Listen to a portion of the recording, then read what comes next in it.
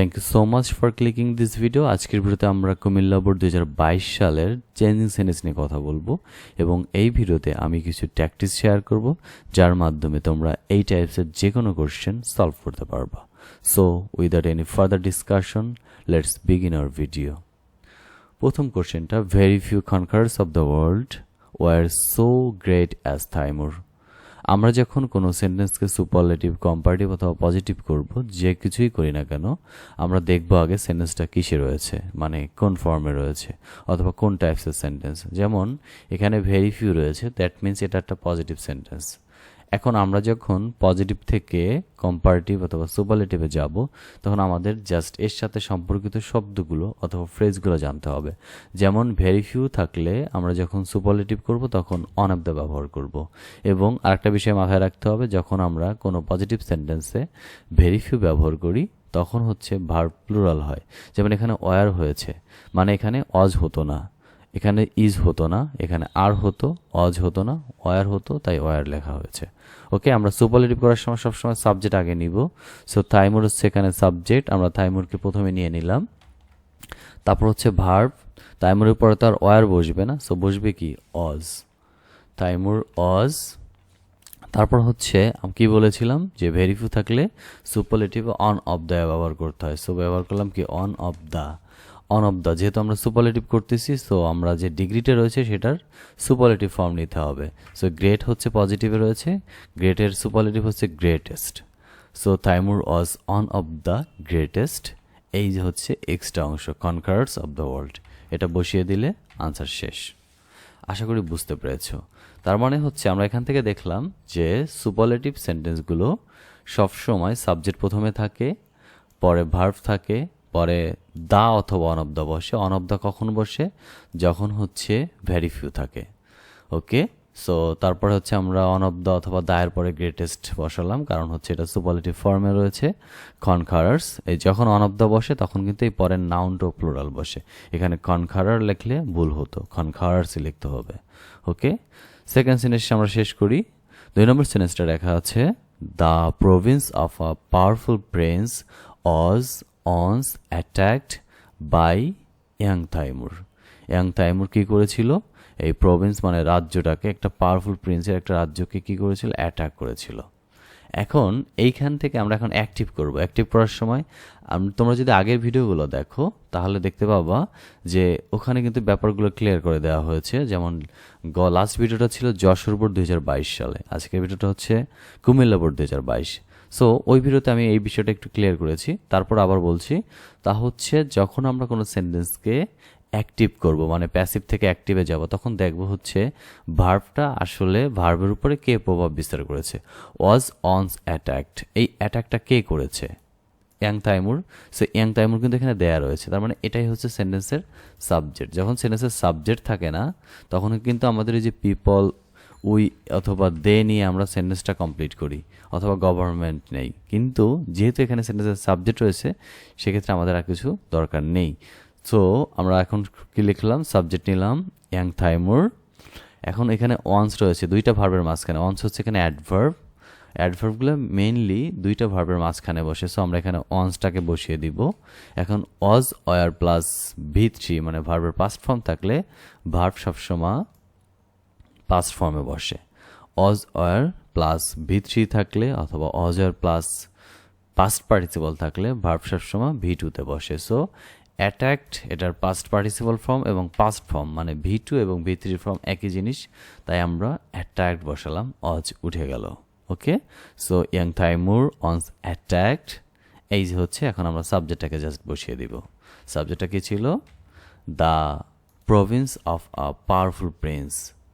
Just এটা বসিয়ে দিলেই আমাদের সেন্টেন্স শেষ। ওকে, সো আশা করি তোমরা বুঝতে পেরেছো। তাহলে এখানে যে রুলসটা ব্যবহার করেছে তা হচ্ছে, যদি verb was were plus V3 থাকে তাহলে হচ্ছে আমাদেরকে কি ব্যবহার করতে হবে সবসময়? অ্যাক্টিভে ভার্ব সবসময় V2তে ব্যবহার করতে হবে, মানে ভার্বের পাস্ট ফর্মে ব্যবহার করতে হবে। আর এইটাই হচ্ছে এই জায়গার রুলস ছিল এখানে। ওকে, আমরা 3 নম্বর সেন্টেন্সে যাব। হি ক্যাপচার্ড আ লার্জ ভিলেজ, মানে সে বড় একটা গ্রামকে ক্যাপচার মানে দখল করে নিয়েছিল। সো এই সেন্টেন্সে আমরা হচ্ছে যখন প্যাসিভ করব তখন মাথায় রাখবো হচ্ছে আমাদের সেন্টেন্সের অবজেক্টটা কোথায় রয়েছে। এখন প্যাসিভ করার সময় অবজেক্ট সেন্টেন্সের ভিতরে থাকে, কিন্তু অ্যাক্টিভ করার সময় সাধারণত আমরা সাবজেক্ট খুঁজে পাই না। আর সাবজেক্ট খুঁজে না পাইলে আমরা তো জানি কী ব্যবহার করি, পিপল, গভর্নমেন্ট, উই অথবা দে।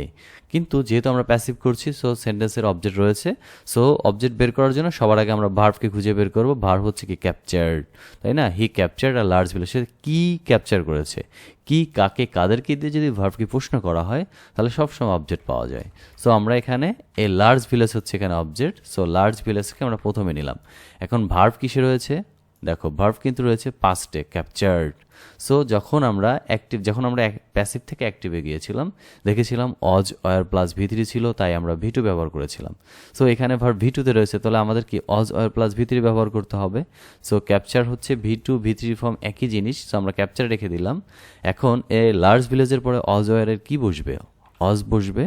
So a large village Aja captured by, হি আছে, কি ব্যবহার করব? হিম ব্যবহার করব।